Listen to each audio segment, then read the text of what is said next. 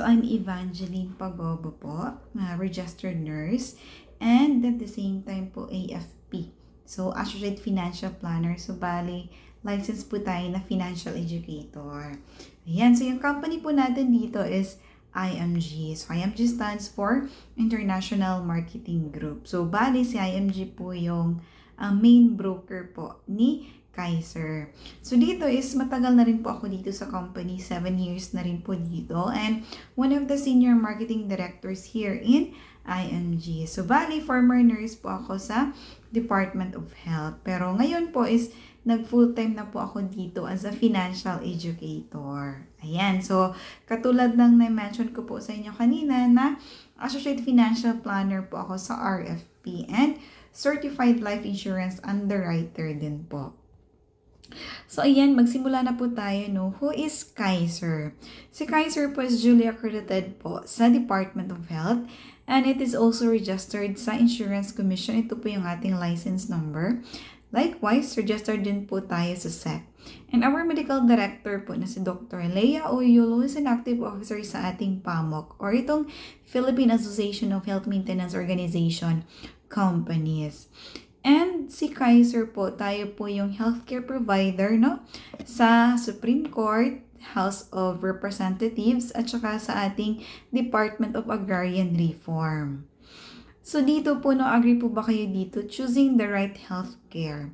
In the Philippines, a lot of sick people die not because there is no medicine or treatment available, but because they don't have money to pay for their cost. Diba po, no? So dito, meron tayo ditong tatlong klase po ng ating healthcare.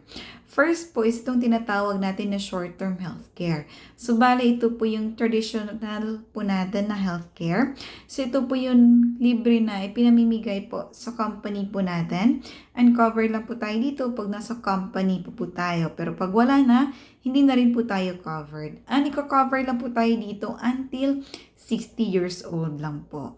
Yung pangalawa naman po is yung ating long-term healthcare. So, bale, in a form of savings account po siya. So, magsasave lang po tayo dito for 7 years lang po. And which matures in 20 years. Anyway, yung buong detalye po nito is isi-share ko po sa inyo in the next few slides po natin. Dito po is the complete financial plan. So, si Kaiser po is masasagot po niya, no, yung dalawang patutunguhan po natin dito sa mundong ibabaw. Ano po ba yan? First po is itong, what if, no, we die too soon? Problema po ba siya? Problema po siya no, sa family na maiiwan po natin. Pero pag meron tayong Kaiser, meron po siyang solusyon. Kasi meron na po siyang life insurance for instant money po sa family na maiiwan para hindi po sila na maghirap. Yung pangalawa naman po is, what if we live too long? Problema po ba siya? Problema rin po, no? Kasi po, who will take care of us? Pero pag may Kaiser po, meron na rin pong solusyon. Kasi meron na po siyang investment at saka long-term care. So, bali, 3-in-1 na po siya. Meron na po siyang investment na pwede po siya ma-convert into pension sa pag-retire po natin. Meron na rin po siyang life insurance to protect our family if we die too soon. And good thing may healthcare po siya, no? Kahit naaabot tayo at the age 99 years old, iti-take care pa rin po tayo ni Kaiser. How it works naman po itong si Kaiser. So dito po si Kaiser, meron tayo ditong 5 ways of saving. Pwede po tayo dito mag-monthly, quarterly, semi-annual, annual, at saka spot cash. So, depende po yan sa inyo kung ano po yung pipiliin nyo po. So, dito, ilang taon po tayo mag-save po pala ni Kaiser. So, mag-save lang po tayo dito ni Kaiser for 7 years lang po. Ayan. So, dito, 7 years lang po tayo mag-save po ni Kaiser. And while we are saving po, ano po yung mga benefits na makukuha po natin? So first po is meron tayo ditong annual physical examination benefits po. And yung pangalawa naman po, meron tayo ditong dental benefits. Yung pangatlo at saka pang-apat po, waiver installment due to death or credit life or disability. Ano po ba yung ibig sabihin po niyan? What if po, no, after 2 years of saving, ipagpalagay lang po natin, no, after 2 years of saving, kinuha tayo ni Lord. So ano po yung mayayari sa plan na kinuha po natin, tapos hindi pa naman po ito natapos, di ba? Meron pa po tayo ditong 5 years. So, good thing kay Kaiser po. Ito po yung ipon na walang tapon. Kasi po automatic if fully paid po ni Kaiser itong remaining balance at saka matatransfer po siya sa ating primary beneficiary. At saka yung ating primary beneficiary hindi na po siya maghuhulog kasi na fully paid na po yun ni Kaiser. So bali mag-aantay na lang po siya kung kailan magmamature yung plan at saka pwede na po talaga niya makuha. Ayan yung pera. And si Kaiser po is accredited po tayo sa mga private na hospital. Alam naman po natin na pag private hospital, bago po tayo makapasok doon, kailangan talaga na may down payment tayo. Pero pag meron kayong Kaiser, so card lang po yung ipapakita nyo po doon. Tsaka, papapasukin na po tayo without down payment na po yon. So, pag na-admit po, meron po tayo ditong 1,000 per day po na budget sa room po natin. And meron po tayo ditong annual benefit limit po, na 60,000 per year. Ayan.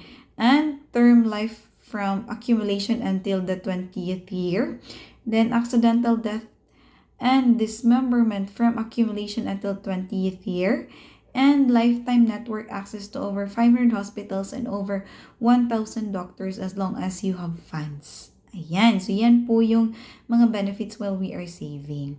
After 7 years naman po, so meron tayo ditong tinatawag po na growth period. Ayan, for 13 years po, patutubuin po yung pera po natin 10% yearly.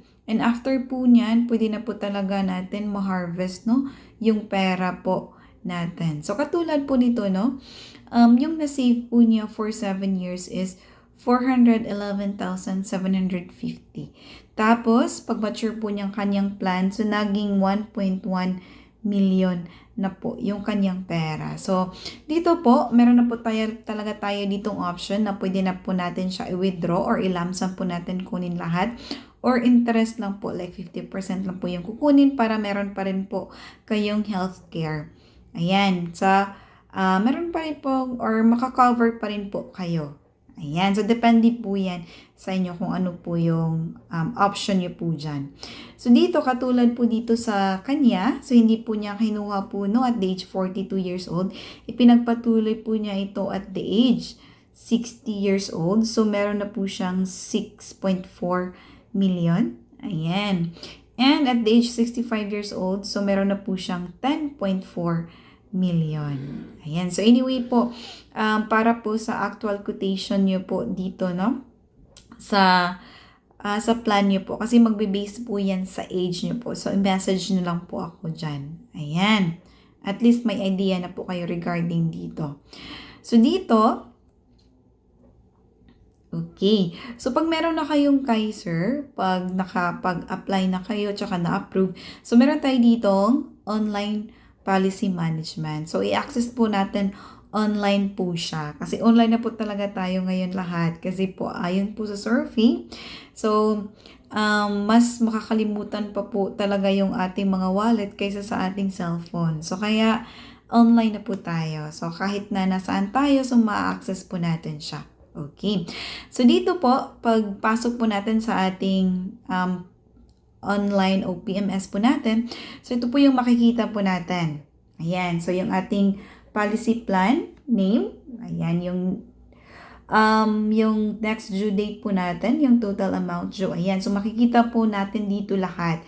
And, pwede rin po natin ito, makikita natin itong view my payment history, view my starter guide, may healthcare contract. So, andito na po siya lahat. Ayan, pwede nyo po yan talaga manavigate po pag meron na kayong portal nyo po. Ayan.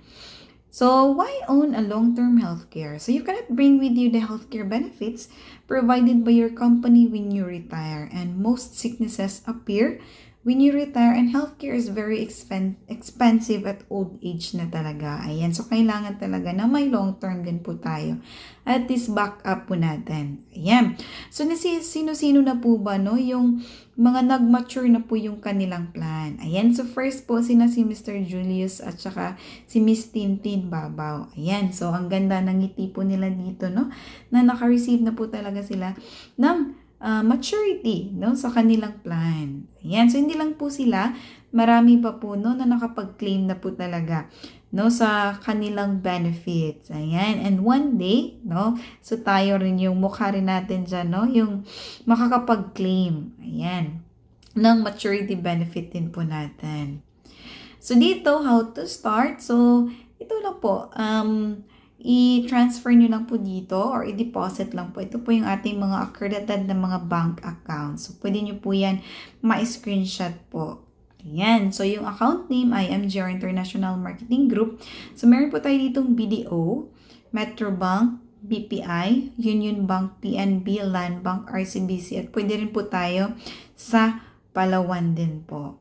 Ayan. So, pag meron po kayong mga katanungan, so just feel free po na i-message po ako. Ayan. So, thank you po.